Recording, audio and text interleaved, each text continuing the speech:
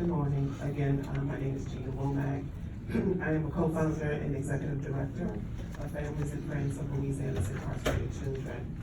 We are a statewide, multi-generational organization. We've been in existence for over 18 years, and we have been very instrumental in working on the juvenile justice reform. Many of you may know that reform was passed in 2003, which looked at how we could ensure that our children were getting the best quality services across the state that would reduce incarceration as well as recidivism, and keep the family and communities as part of their young people's treatment.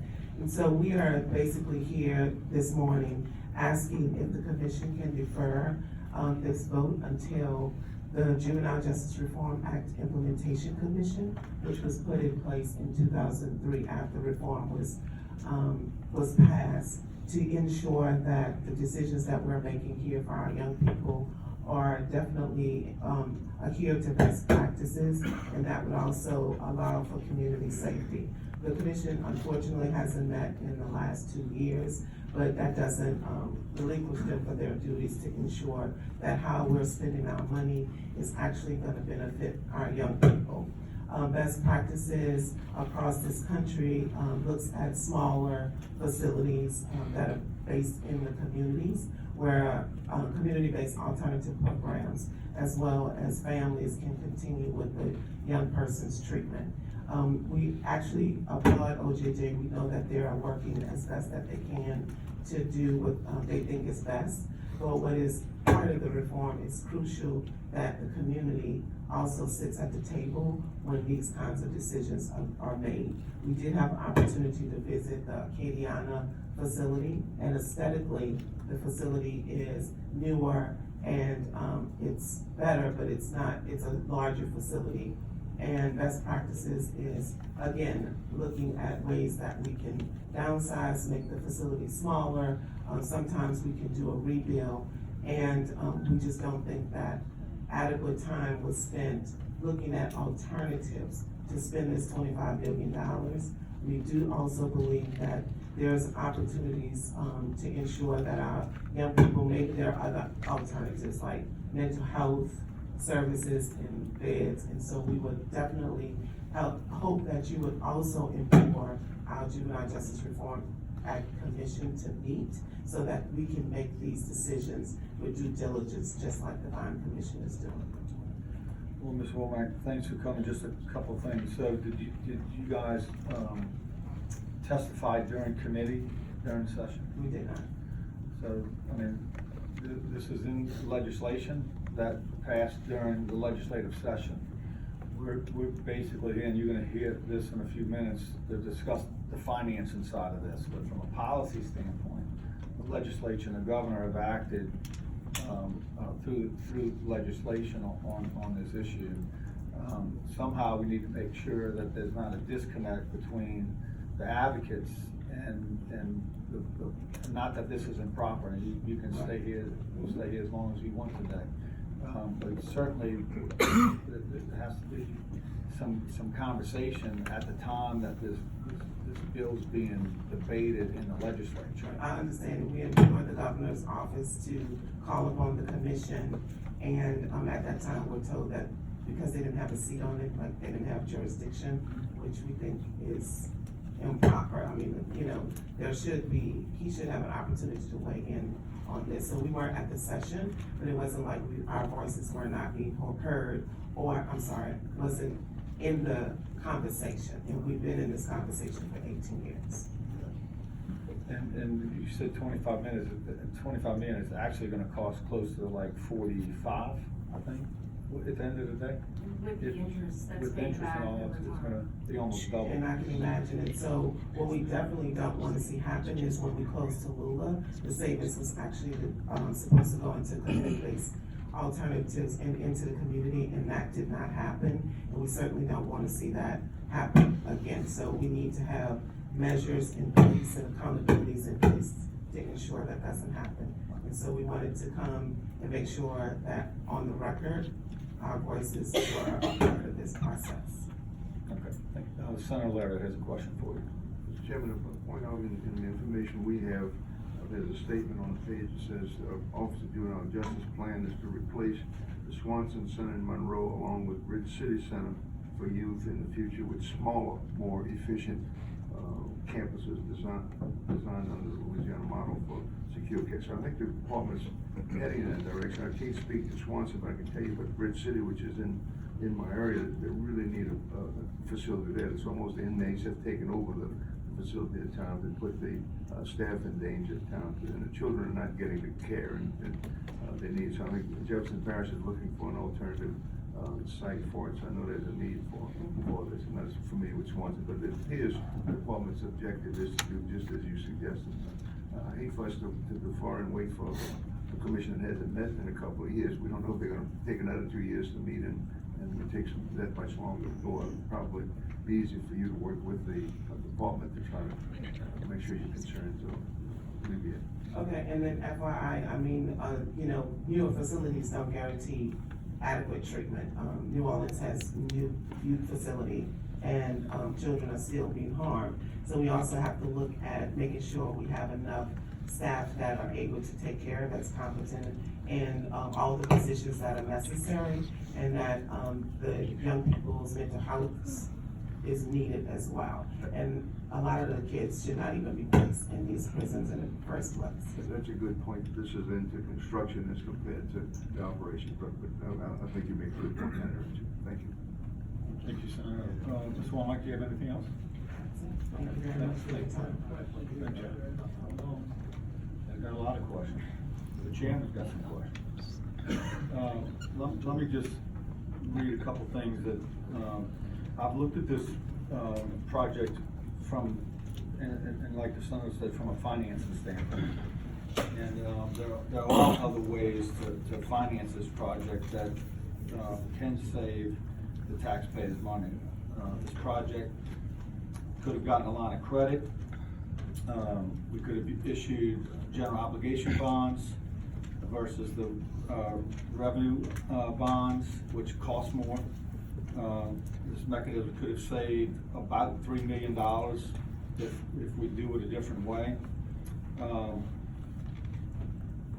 I guess if this is the way I sort of look at it, if this was a priority, we had the opportunity to do that through general obligation. There was $436 million in cash lines of credit appropriated for non-state projects this past session. That we've already approved $309 million through the bond commission. Those are non-state projects that include parks and subdivision work, museums, a lot of other things that we prioritized over this project. We had a surplus in 2018 of $144 million. Of that was appropriated in capital outlay. 48 million of that surplus was appropriated again to non-state projects. We're coming off 2019, and as everybody has heard, we thought we were gonna have 300 million, now we have 500 million. So if you use surplus dollars versus borrowing the money, you're gonna save the taxpayers of Louisiana about $20 million. I still think there's a lot of time to save taxpayers money on this and at least explore some other options. They could issue a short-term note such as a bond anticipation note, and this project could be appropriated surplus dollars next session to pay off those notes, which would still save a tremendous amount of money to the citizens of Louisiana, and it will not slow the project down. And I recognize there's a risk that if surplus dollars are not appropriated, then interest rates could go up, but I think it's a risk that we should at least explore and look at. I don't have an objection to the project. Again, we're here to talk about just the financing and the discussions I've had with our finance team. I just don't think this is a wise decision from a financial standpoint.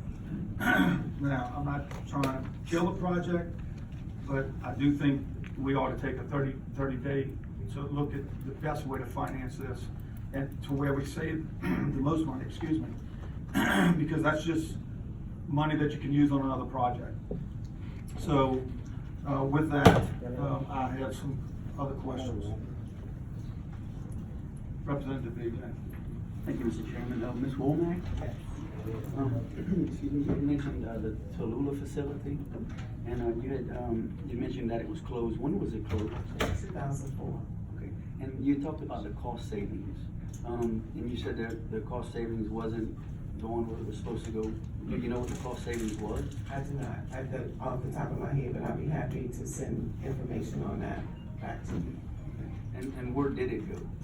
It was usurped to you as far as I can recall, the continuation of running the other prisons. But I'm sure the Department of Correction or the Office of Juvenile Justice can speak to that. Okay, and you also mentioned you visited the Acadian Center. Is that an adequate facility? It's a larger facility, more so than best practices.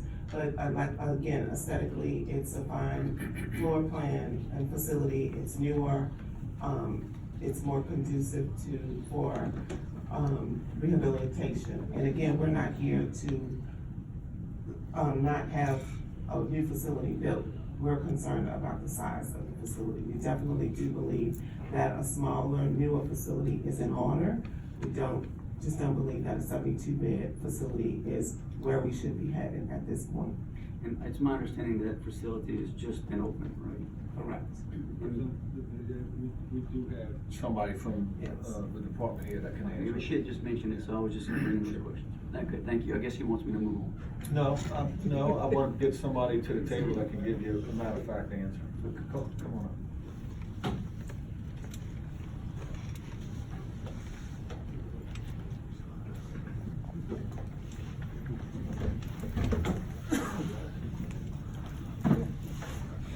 Good morning, James Bush, Deputy Secretary for the Office of Juvenile Justice. I guess you have a specific question or concerns or, one of the things I wanted to mention is that I think everybody's under the impression that this may be a new project. This project has been in the capital audit process for years.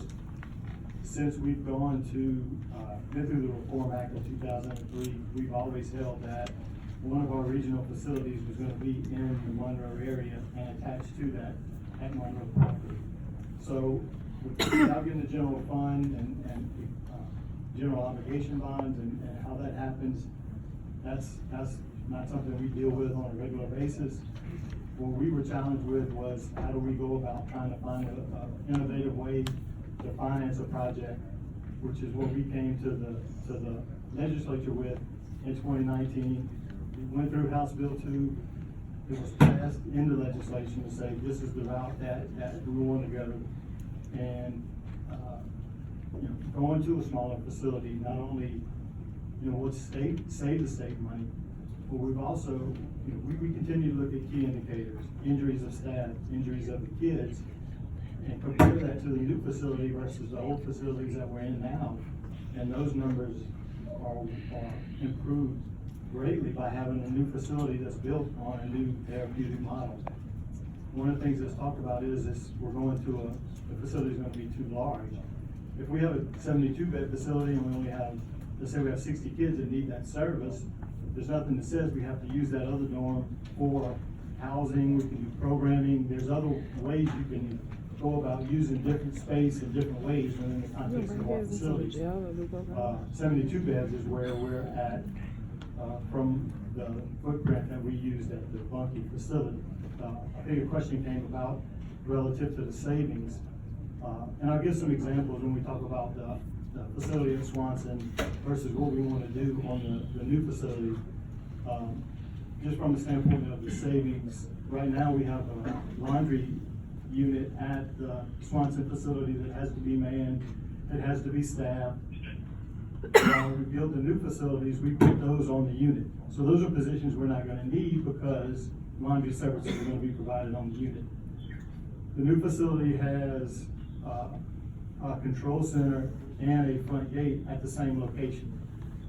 The Swanson Center is built where you have to have a front gate, you have to have it staffed, and you have to have a control center that you have to have staffed. So those are the type of efficiencies that we're looking at. We have 6 to 7 maintenance staff that are at Swanson now. We have 2 at the Acadiana facility because it's a brand new facility. Those are the type of efficiencies that we're talking about, and we're gonna handle that through attrition. Right now, we are on probably 80 acres, 70 buildings there at that facility. We're gonna take 15 of those, and that's gonna be the footprint for this new facility. So, while 72 beds, and as we look at it, that's the trend state nationwide, is closing these larger facilities, getting into smaller, more therapeutic, more appropriate sized facilities. This, and again, I don't wanna have a public hearing Sure. on the merits. I'm trying to stick to the financial side. My question was about, you know, if you incur savings, and of course ultimately this is left up to the division, you incur savings, but to pay the revenue bonds coming out of the state general fund, that's who's guaranteeing the loan, correct? It's an appropriation. It's an yes. appropriation, so your savings goes to you, whereas the obligation is in the state general fund. And at the end of the day, how it all washes out, I don't know. Does the division say, hey, OJJ, you owe us this much money to pay the note? I don't know any of that. Nobody from the divisions talked to me, so, I'm strictly looking at this from what's the best bang for the buck, and that's all I'm looking at. You and I visited, and you got a tough job that I don't think I'd want to embark on, and I know how hard you've been working to try to get this done. All I'm asking is, let's sit at a table and look at the best way to do it. I did not vote on that bill, the legislature did. My job is sort of like the judge, is to look at it and get with the financial people, and are we making the best decision from a financial standpoint strictly?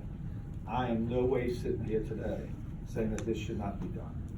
In fact, if I had my wishes, we would just pass on it, talk about it over the next 30 days, and have another discussion with the next bond commission meeting. That would be my wish, but I'm just one person, and I haven't really had a conversation with anybody on the commission.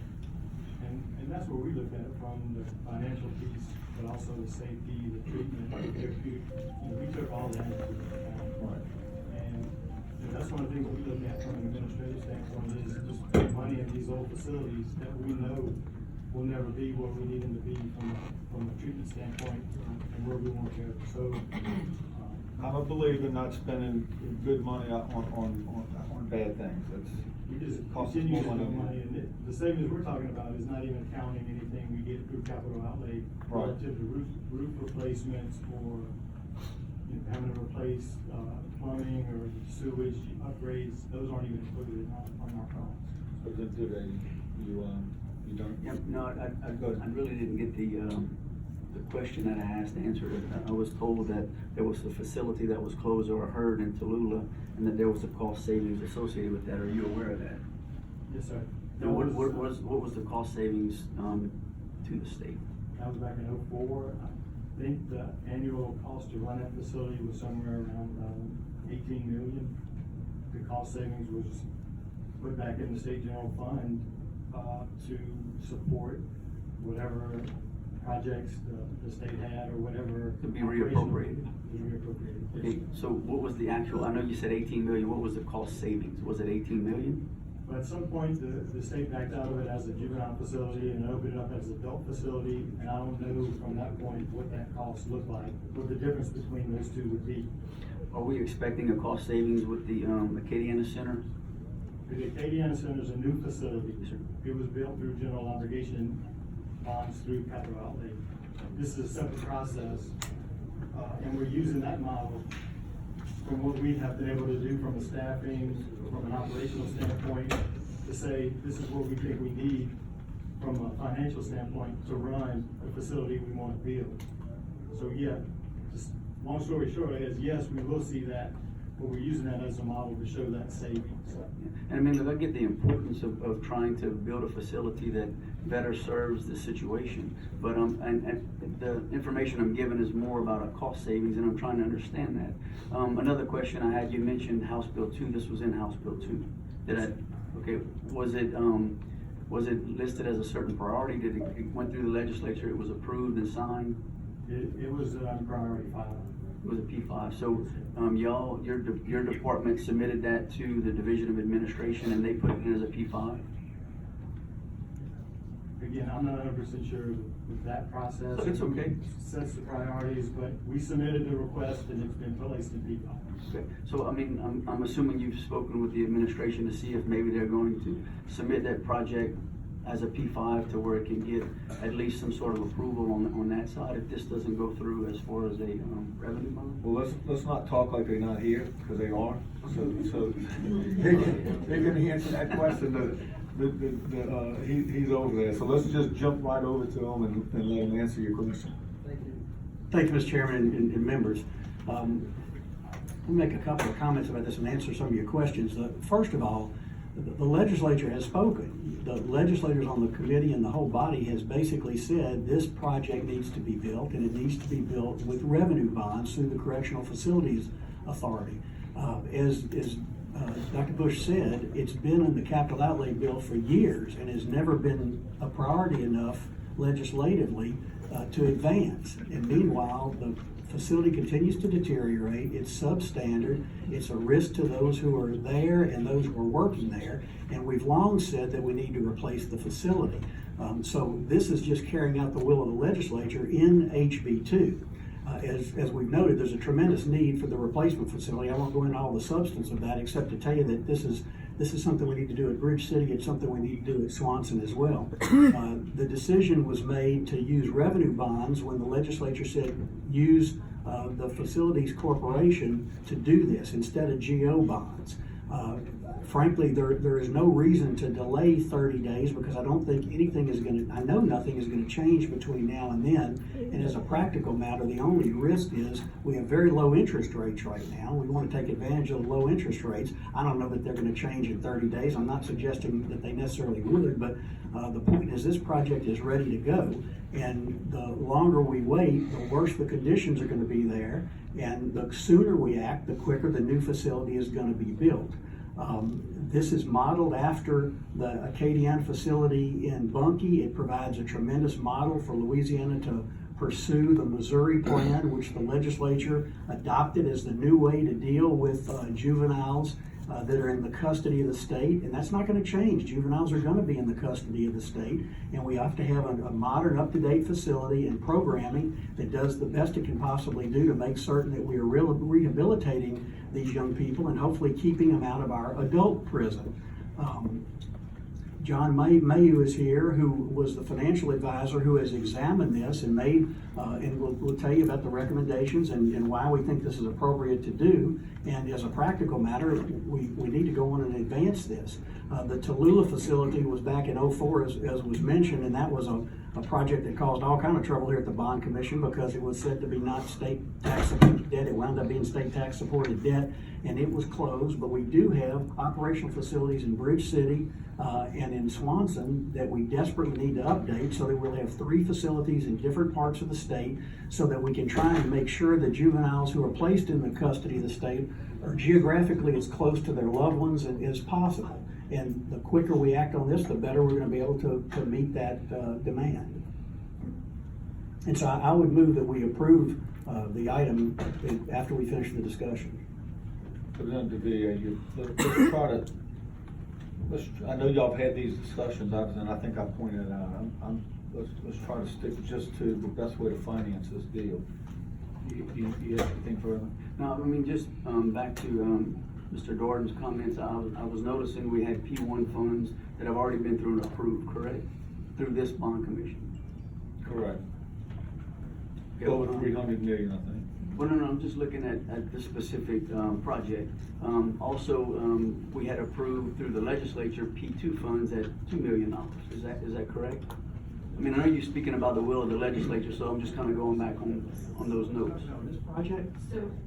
So Hold on, let's, In For the the design. capital outlay bill, this project has priority one funds of 1.697 million. I believe some has been spent to date.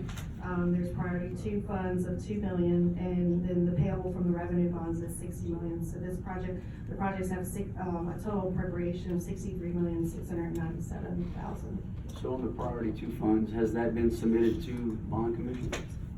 Don't recall offhand, I'm looking at Mark Moses in the, he's saying no. It has not, okay. So.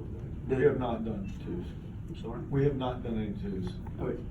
I thought we had done a few twos, We did a few twos in July. I'm listening to my First senator speaking in my ear on the right. okay. He has a lot more That's by experience his, than I have, but. that's recollection. Yeah, I thought we had done a few twos, but anyway, have we done some twos? We have done some twos for Okay. state agencies, but what I'm hearing from Mark is that this was not included in it. Okay, so again, looking at the will of the legislature, which you spoke to, does the division anticipate to suggest the bond commission that we approve